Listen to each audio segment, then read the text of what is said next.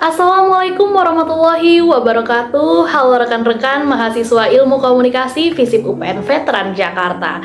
Senang sekali bisa kembali menyapa kalian di ruang belajar digital ini bersama saya Fitria Hania Prina, dosen Ilmu Komunikasi FISIP UPN Veteran Jakarta. Hari ini kita akan melangkah lebih jauh dari sekedar taktik berkirim pesan. Kita akan membedah arsitektur di balik kesuksesan interaksi korporat masa kini, yaitu melalui topik Digital Business Communication Strategi.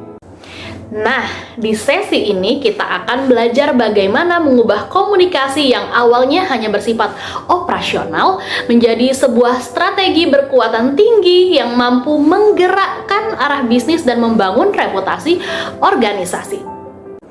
Oke, sebelum kita masuk ke formula strategisnya, saya ingin kamu membayangkan sebuah situasi. Kalau kamu udah bekerja atau di antara kamu mengikuti beberapa organisasi, pernah nggak sih kamu menghitung berapa banyak email bisnis atau pesan teks, iklan, hingga notifikasi aplikasi yang masuk ke ponsel kamu dalam satu hari aja? Menurut riset, rata-rata seorang profesional menerima lebih dari 120 email setiap harinya. Sekarang, bayangkan jika kalian bekerja di suatu perusahaan. Kemudian, kalian harus menyampaikan pesan penting kepada konsumen maupun investor kalian. Lalu, di tengah lautan distraksi digital tersebut dan banjirnya informasi, bagaimana nih caranya agar pesan bisnis kalian tersebut tidak hanya sekedar lewat atau langsung masuk ke folder spam mereka, melainkan harus benar-benar dibaca, dipahami, dan menggerakkan audiens tersebut untuk bertindak. Nah, jawabannya bukan terletak pada seberapa canggih teknologi yang kalian gunakan, melainkan pada strategi komunikasi apa sih yang kalian pilih. Jadi, mari kita bedah bagaimana merancang strategi tersebut agar komunikasi bisnis kalian tidak tenggelam di era digital. Rekan-rekan mahasiswa sekalian, sebuah strategi komunikasi bisnis digital yang efektif itu tidak pernah lahir dari tebak-tebakan. Ya, strategi tersebut dirancang dengan menjawab formula mendasar yang komprehensif, yang saya sebut sebagai the 3W and 1H formula. Oke, yang pertama ada who. Siapa audiens kalian? Di dunia digital, audiens tidak lagi homogen. Jadi, kalian harus memetakan mereka secara spesifik. Jadi, kalian harus tahu nih, apakah mereka termasuk Gen Z yang menyukai kepraktisan ataukah jajaran eksekutif senior yang membutuhkan analisis mendalam. Yang kedua adalah what. Apa pesan intinya? Pesan digital harus memiliki kekuatan core message yang konsisten. Jangan sampai pesan di LinkedIn perusahaan kalian terkesan kaku, tapi di media sosial lain justru terlalu santai tanpa arah yang jelas. Yang ketiga adalah where. Di platform mana kalian harus hadir. Ingat prinsip efisiensi, bahwa kalian tidak perlu hadir di semua platform digital. Silahkan pilih salah satu di mana target audiens kalian paling aktif menghabiskan waktu mereka. Yang terakhir adalah how, bagaimana kalian mengemas pesan tersebut. Di sini kalian bisa milih mau melalui teks infografis, ataukah dengan video pendek, atau dengan laporan yang interaktif. Sekarang mari kita gali lebih dalam.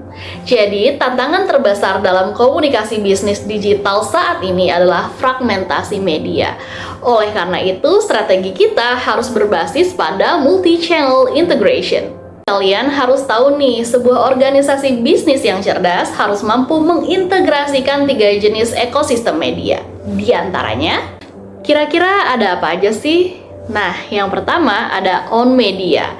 Media ini sepenuhnya dikontrol oleh perusahaan, seperti situs web resmi, blog, atau buletin email resmi perusahaan. Yang kedua ada paid media, merupakan saluran berbayar untuk memperluas jangkauan pesan seperti iklan digital atau konten bersponsor. Kemudian yang ketiga nih, ada earned media. Ini adalah bentuk publikasi yang didapatkan secara organik karena kualitas pesan kalian, seperti ulasan positif dari konsumen, perbincangan hangat netizen, ataupun liputan media massa. Jadi, kuncinya adalah dari strategi komunikasi bisnis, bagaimana kalian bisa menyelaraskan ketiga jenis media tersebut.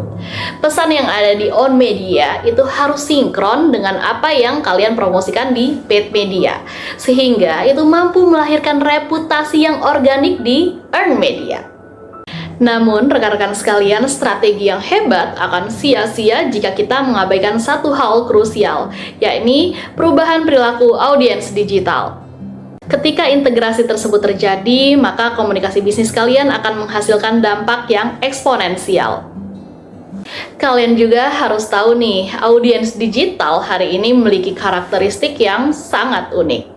Pertama, mereka memiliki attention span atau rentang perhatian yang sangat pendek, hanya hitungan detik saja. Jika dalam 3 detik pertama pesan digital kalian tuh tidak menarik, mereka akan langsung menggeser layar mereka. Karakteristik kedua adalah mereka menuntut adanya interaksi atau two-way conversation. Mereka tidak ingin hanya dicekoki informasi sepihak. Strategi komunikasi bisnis kalian harus membuka ruang untuk mendengar, merespon umpan balik, dan berdialog.